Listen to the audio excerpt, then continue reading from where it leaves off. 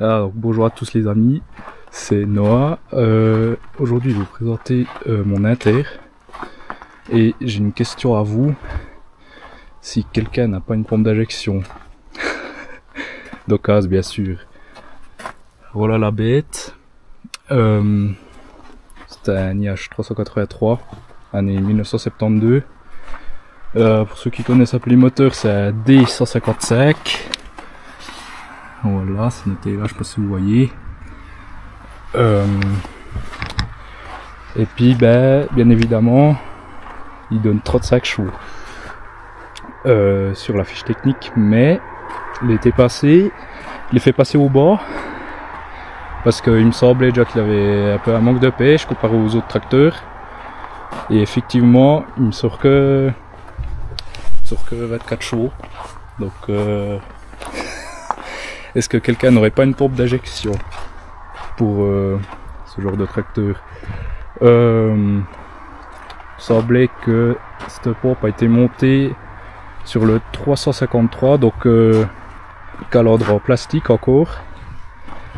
Ensuite sur le 423, aussi en calandre en plastique. Ensuite sur le 453, parce qu'ils avaient aussi la calandre en plastique. Donc il n'y a pas une grande différence, quoi. Ça reste le même.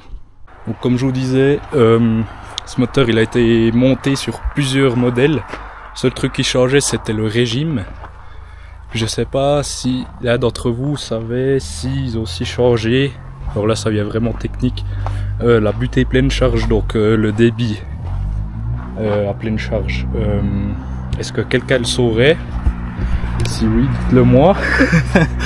Ouais, j'ai le type, bon Jérémy va sûrement vous l'indiquer, mais c'est une EP, qui passe l'autre.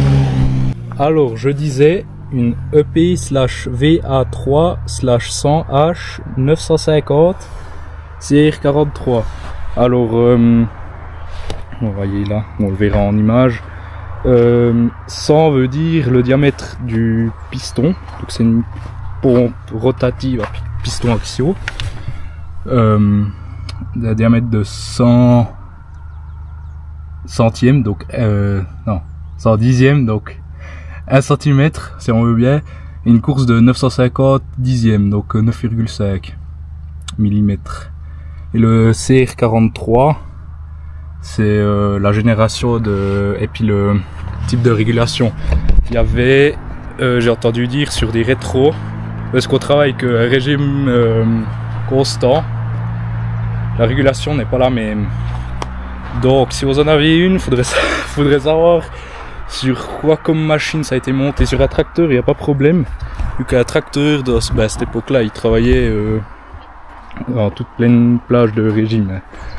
Voilà, donc une rétro ça irait pas, il irait juste sur un point parce qu'il aurait vraiment de la pêche, donc style turbo. Mais voilà, est-ce que quelqu'un aurait ce type de pompe? Dites-le moi. J'ai encore un peu filmé de plus près. Donc c'est vraiment important, elle est vissée sur 2 places si je ne me trompe pas. Et puis voilà, ça c'est les gaz, et puis ça c'est la tirée de l'arrêt. Surtout ça qui est important, quoi. Pas que je dois tout modifier l'ensemble.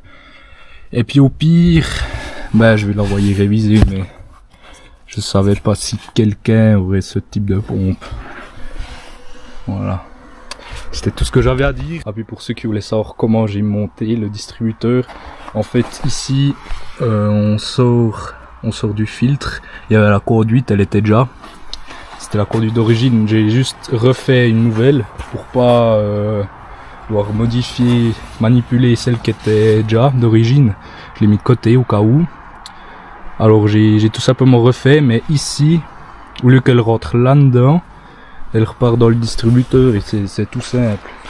Pour ceux qui voulaient faire notre ici, ce qui est très important, vu que vous avez un centre à suivre qui repart après dans le bloc du distributeur, faut pas oublier de commander la douille avec, hein, parce que c'est un distributeur 6.4, ouais 6.4 avec moins plus position flottante, qui était très important je trouvais pour travailler dans les champs pour que ça puisse bouger librement. Voilà, donc si vous mettez pas cette douille, vous avez juste un distributeur à centre ouvert. Donc vous n'aurez pas de position flottante, tout simplement. Voilà le petit détail. Et puis pour justement le retour libre, je fais tout simple, j'ai percé le couvercle des distributeurs de relevage. Et puis mis la conduite, elle immerge dans l'huile, c'est très important. Si vous mettez retour libre, gaffez-vous que la conduite elle plonge dans l'huile, parce qu'autrement elle va s'émousser et puis vous aurez des dégâts à la pompe, surchauffe, tout ce que vous voulez. Voilà.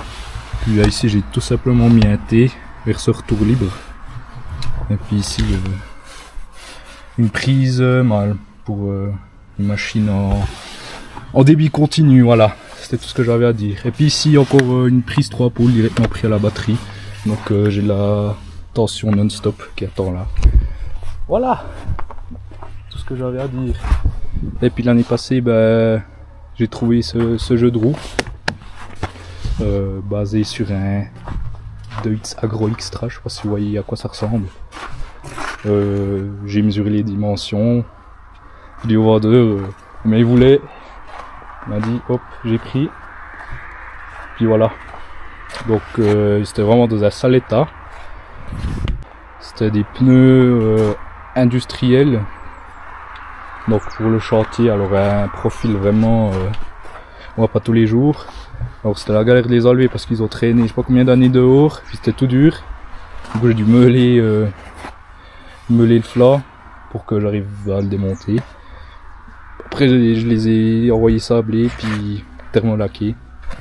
Et puis je pourrais pas croire que c'était les jantes d'avant parce qu'elles sont vraiment belles. Voilà, il est droit actuellement, il était dans la grange à Jérémy. Donc la peau remplie de paille. Mais sinon, ouais, la peinture elle est vraiment venue belle quoi. Rien à dire, vraiment top l'équipe. Après j'ai commandé des pneus pas trop chers mais qui sont quand même de bonne qualité. BKT 480 70 28. Donc ça passe tout juste, vraiment tout juste. J'ai un peu dû redresser le garde-boue pour qu'il passe dessous. Ouais, ici il a tendance à presque un peu dépasser, mais sinon il me plaît. Et puis depuis, vu que j'ai des plus grosses roues avant, elles faisaient cette taille à peu près. J'allais à 25, maintenant je vais à 30. Donc c'est pas trop mal. Donc voilà, c'est tout ce que j'avais à dire pour de vrai. Allez, c'était Nono Altra, ciao, bye bye.